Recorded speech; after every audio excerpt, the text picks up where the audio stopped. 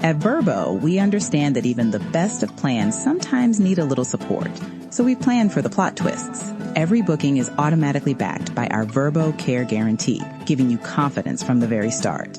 Whenever you need help, it's ready, before your stay, through the moments in between, and after your trip. Because a great trip starts with peace of mind, and maybe a good playlist. But we've got the peace of mind part covered. Hello, your friendly neighborhood host, JT Wheatley here again, back for another episode of the History of Comics podcast, this time with the incredible life of Herb Trimpe.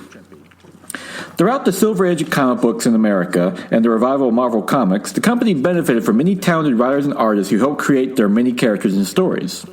Some were superstars who helped shape the whole Marvel Universe, such as Steve Ditko and Jack Kirby.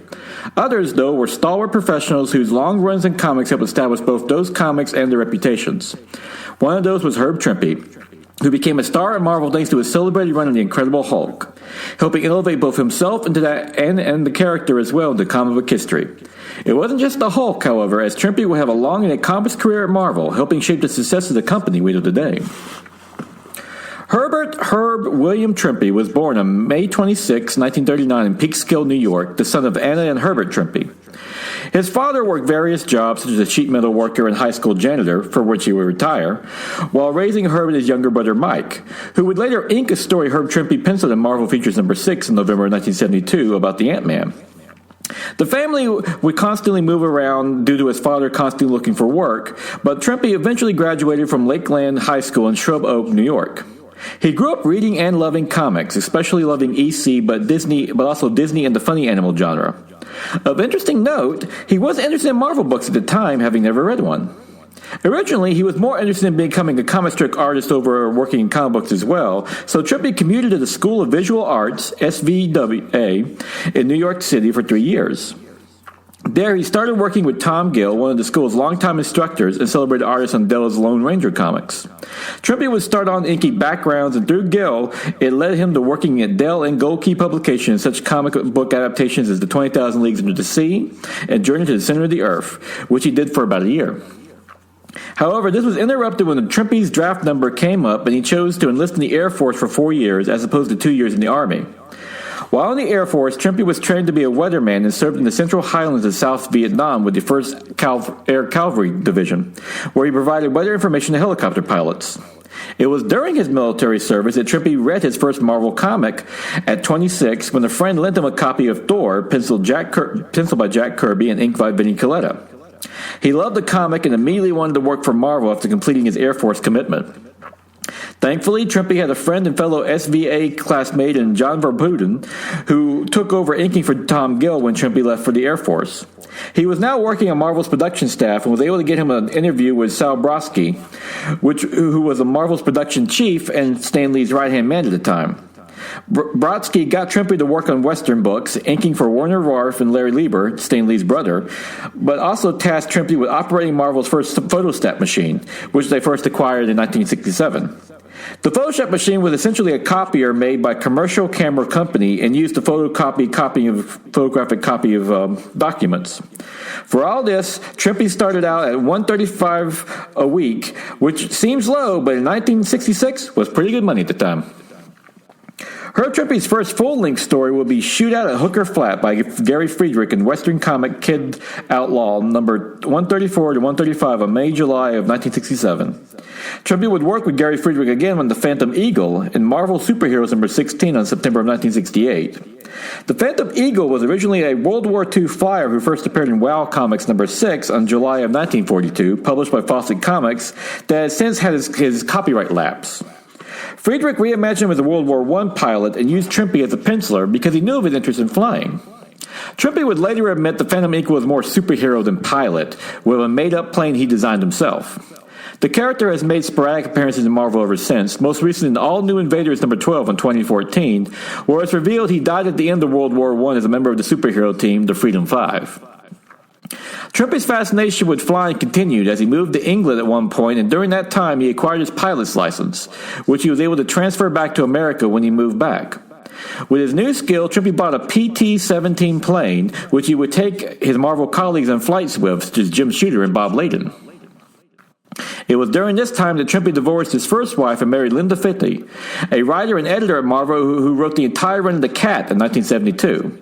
With Linda, Trimpe would have 4 children, and their son Alex would co-pencil with Trimpe on such works as RoboCop number 11 on January of 1991 and Fantastic Four Unlimited number 3 on September of 1993.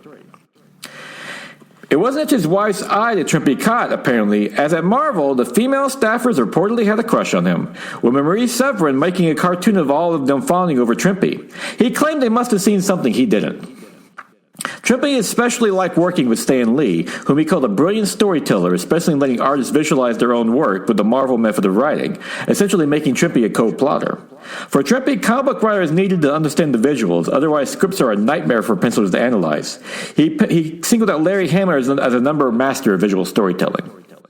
Trimpe especially loved working in the Marvel Bulletin at the time as well under Stan Lee and Martin Goodman, as according to him, they took care of their employees with good benefits and pay. While at Marvel, Trimpe also did illustrations and photos for Martin Goodman's other magazines outside the company, in which several Marvel staffers would actually pose for, including being an axe killer, a cop, or a victim in a pose. Eventually, Marvel started to give their artists their original art back, but the only problem now was how to divide it between the pencilers and the inkers. Originally, it was done by percentage of pages, but Trimpe decided just to alternate whole books instead, since it made more sense. Soon, Trimpe was receiving praise from his fellow artists, as John Romita Sr. for his ability to be on time, to Joe Sinnott for his cartooning style. It wouldn't be long before Trimpe received praise from fans as well, as he was about to start work on the comic book series that would define his career, The Incredible Hulk. Herb Trimpe first started on The Incredible Hulk, inking the 5 issues of Tales to Astonish, beginning back in number 94 by Marie Severin, before he took over penciling with issue number 106, volume 2, on August of 1968. And we penciled unbroken till issue number 142 on August of 1971. Trimpe then picked up from the issues number 145 to 193 from November of 1971 to November of 1975, along with covers for 5 of the annuals: 1969, 1971 and 72, 1976 and 77. Along with penciling and inking the Incredible Hulk Annual number 12 in August of 1983. After Severin left, Stan Lee offered Herb Trimpe the job, though Frank DiCaro did layouts for him at first and would also have to ink issue number 109. Trimpe needed help early on, resulting in Lee jokingly asked when he was going to learn to draw. It was good work at the time, as Trimpe was making $200 a week plus $50 per page. Before he got the Hulk, Trimpe worked in Marvel offices 6 months out of the year before he realized he could just work at home, as many artists actually did. When Trimpe got to Hulk, he first tried to imitate Marie Severin's style for the first year and a half before finally developing his own. Soon, his Hulk became more photorealistic and down-to-earth, such as giving him imperfect teeth, as Trimpe wanted to show the Hulk's humanity. Trimpe also based the Hulk's transformation on keeping his human side and thus more sympathetic, while starting to provide covers to the series. He especially liked working with John Severin, Marie Severin's brother, who did his inking, but Trimpe also made him prefer to ink himself. Of Hulk's villains, he especially liked to draw the Leader and the Abomination. However, there is one character that appeared during Trimpe's run on Incredible Hulk they would be forever linked with, though he didn't actually create him: Wolverine.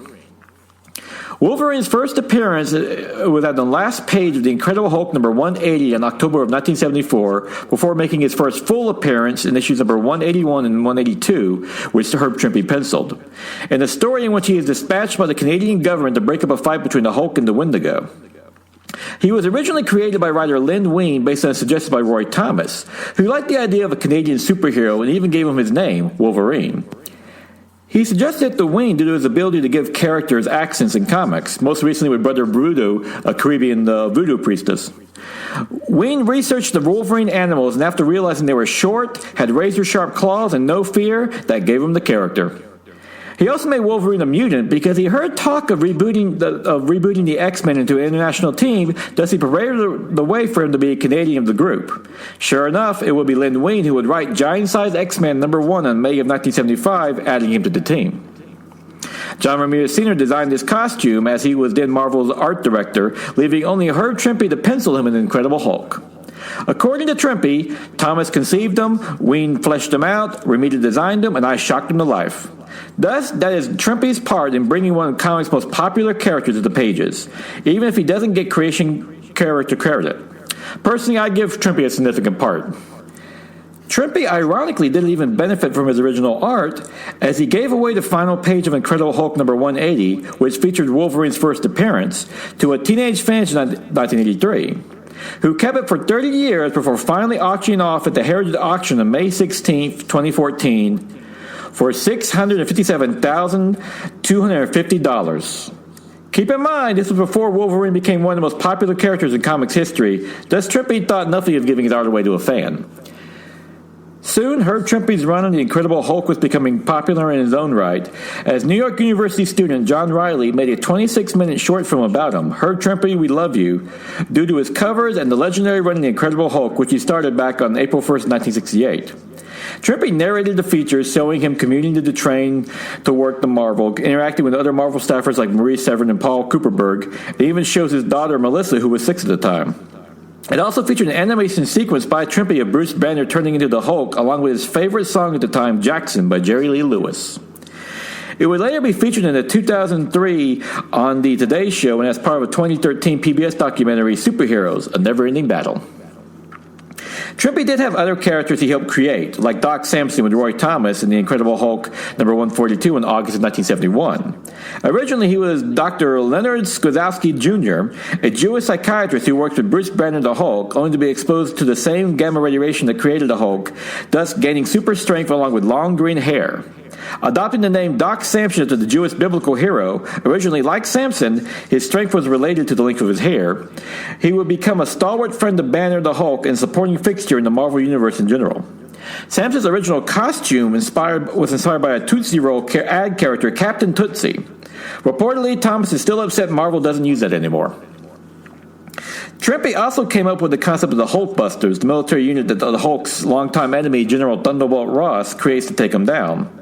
According to Trimpe, their symbol, an H shattered by a thunderbolt, was inspired by juxtaposing against the peace symbol in the 1960s and 70s, imagining what a military unit would be like with a blustery general in command. Trimpe would pencil the Incredible Hulk for 8 years, setting a standard on the character that has rarely been eclipsed. He would be replaced by Shao Buscema after he left, while Trimpe went on to other projects, though he had always called the Incredible Hulk his favorite title he ever worked on. While at Marvel, Herb Trimpe also worked on Nick Fury, Iron Man, Captain Britain, which he did while living in England, The Defenders, Shogun Warriors, and Godzilla. He would help design Son of Satan with Gary Friedrich, who first appeared in Ghost Rider number 1 in September 1973. According to Trimpe, Friedrich did the designing, he just had to pencil the character, similar to what happened with Wolverine. Trimpe also worked on Big Apple Comics with Flo Steinberg in 1975, dabbling in the underground comics. One job he did turn down was Little Annie Fanny, though, for Playboy, which he was offered between 1990 and 95. However, as Herb Trimpe was a deacon at his Episcopal church, he figured that would be frowned upon by his congregation. Herb Trimpe worked on Ant-Man in Marvel Features number 4, where he redesigned his costume as the character was stuck in a shrunken state. Thus, he had to use a nail for a weapon while crafting his own costume. However, Trimpe left the series after just 3 issues, with Craig Russell taking over issue number 7. Herb Trimpe co-created Captain Britain with Chris Claremont, penciling the first 23 issues of the series. He was meant to be a British counterpart to Captain America, his alter ego being Brian Braddock, who transforms into Captain Britain thanks to the Amulet of Might given him by the wizard Merlin and his daughter, along with a multifunctional staff. In the early issues, Captain Britain faced off against UK villains like Hurricane and Dr. Sin. His sister, Betsy Braddock, was later revealed to be a mutant and joined the X-Men as Psylocke. By issue number 16, Captain Britain teamed with Captain America and S.H.I.E.L.D. Claremont left the series after issue number 10, with Gary Friedrich taking over, writing with Trimpe leaving issue number 23. Captain Britain went on to lead the superhero team Excalibur.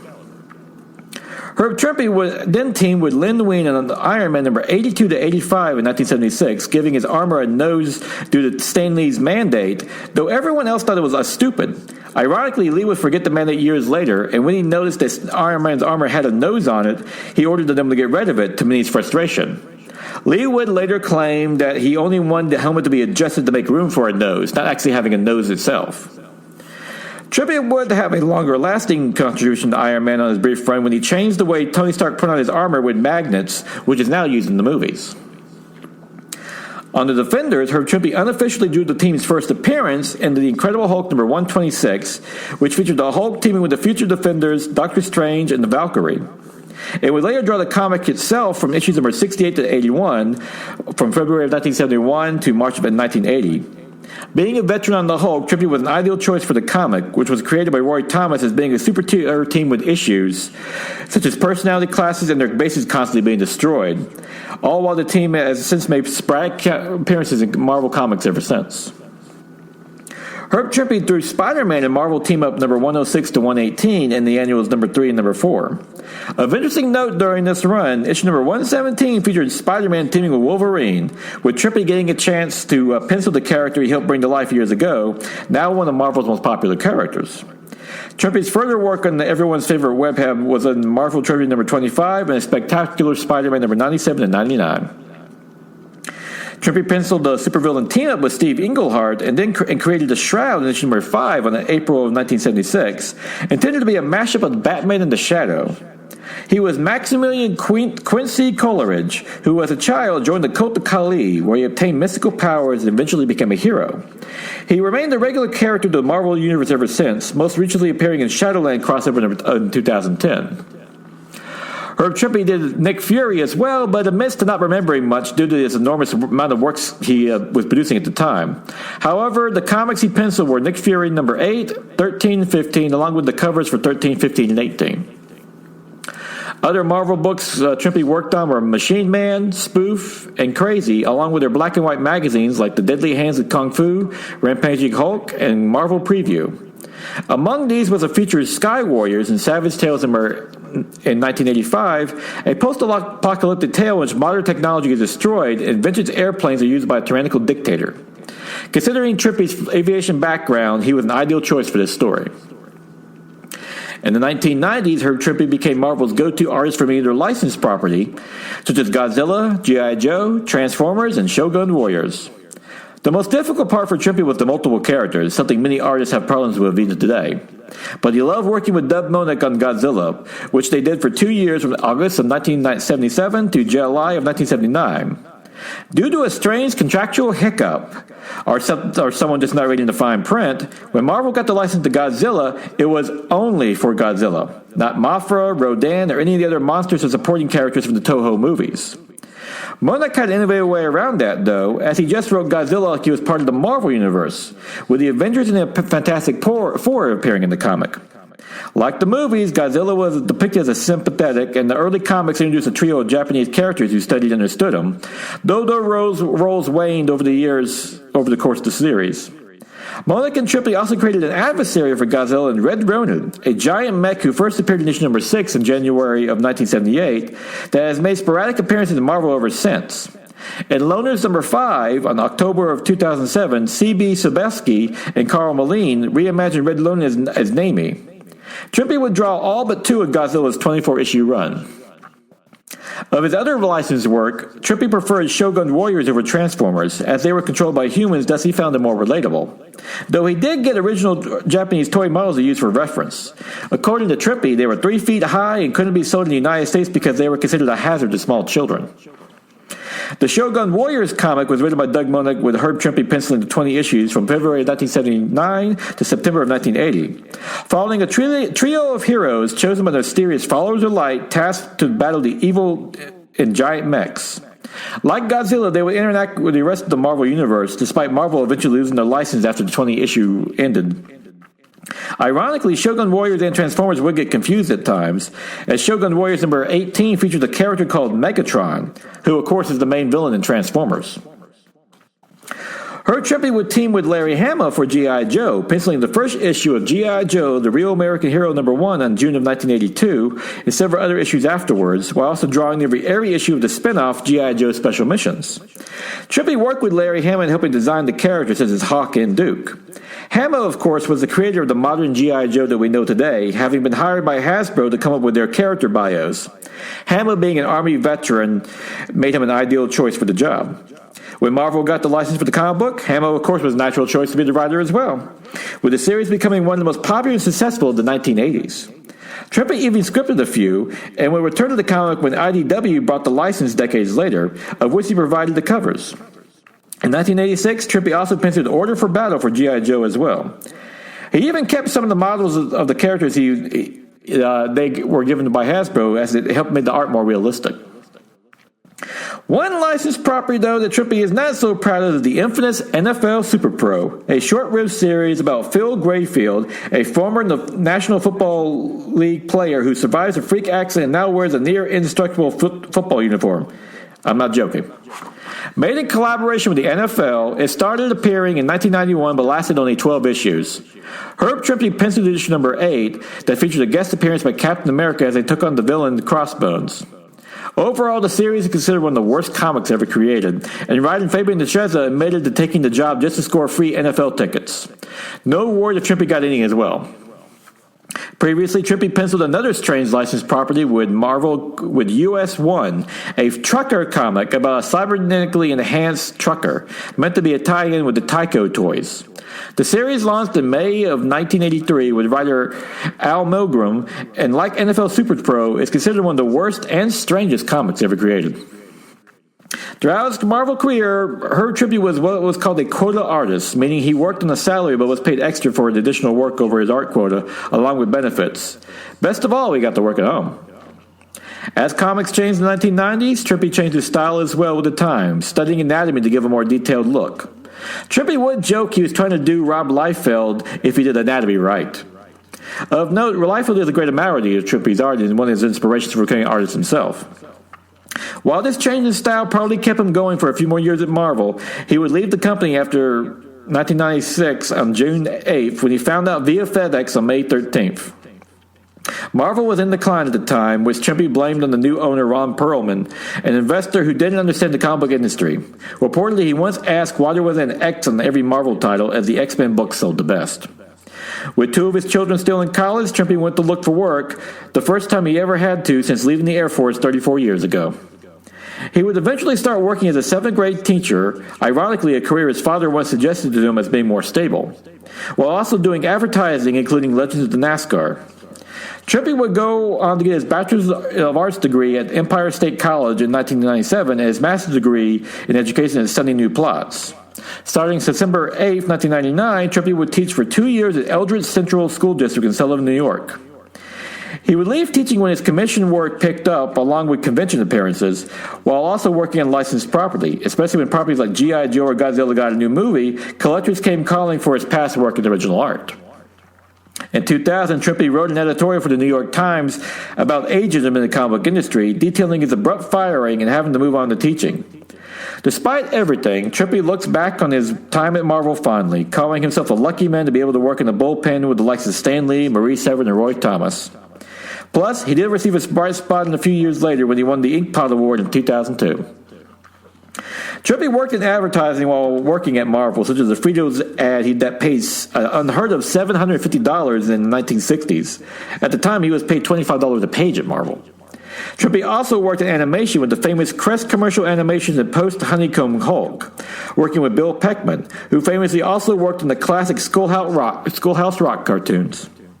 The Crest commercials depicted the Crest team battling the Cavity Creeps, and he created the Crest Fighter and the Crest Submarine, which were featured in 10 commercials that aired from 1970s to 1980s.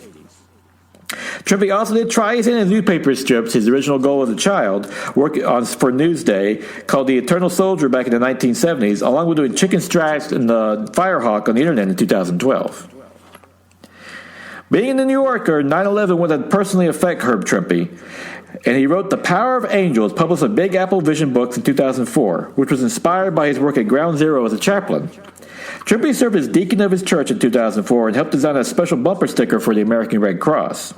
In his book, Trimpe would dedicate to the first responders while calling the site Ground Zero, as that implies a place devoid of life, with Trimpe arguing it is not. For his service, he was awarded the Bob Clampett Award for 2002. It helped that Trimpe could speak Spanish with working with his first responders, since his current wife, Patricia, he had since divorced and defed, was from Colombia. Throughout it all, Trimpe continued to freelance and make regular convention appearances, meeting with his old comic book colleagues. He would joke that Stan Lee hated he still looked better looking than him. Apparently still the ladies' man Maurice Severin claimed he was back in the Marvel bullpen days.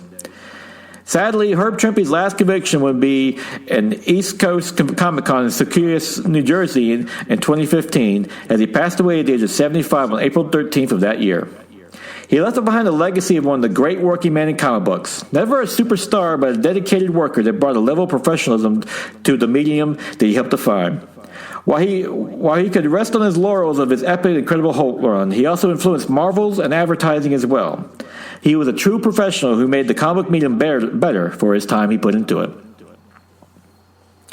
I would like to thank the chief source for this episode, the incredible Herb Trimpe, by Dewey Castle and Aaron Sultan, in which they interviewed the legendary artist about his life and his career, complete with interviews of his colleagues like Roy Thomas and Doug Moench, along with great reprints of many of his classic art pieces.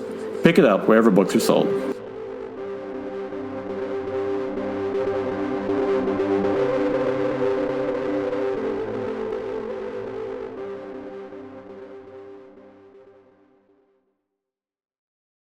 And now it is March 19th, 2026, time for the favorite comic of the week. Absolute Batman, number 16 by Scott Snyder and Nick Dragotta, which finds Batman teaming up with Wonder Woman to find a way to cure his friend Waylon, who's been turned into the Killer Croc, and it involves them having to go into the underworld. This is a great issue that shows Snyder doing a great job bringing in the Wonder Woman as a guest star and having seen Batman operate in a room that's kind of outside of them with magic and the underworld and so forth.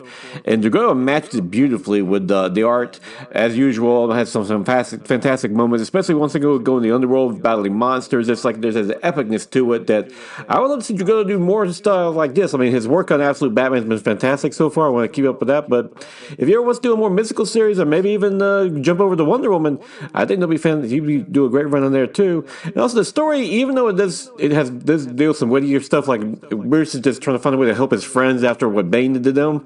There's also some nice funny moments too, especially with Wonder Woman and Batman playing off each other, real funny and nice bits. And overall, just a great pairing. And you definitely want to see more of the Absolute Universe starting to cross over together, especially the Trinity of Batman, Superman, and Wonder Woman. This is a great example right here. And as usual, Absolute Batman is a prime example of why this is one of the best things DC's put out in a long while.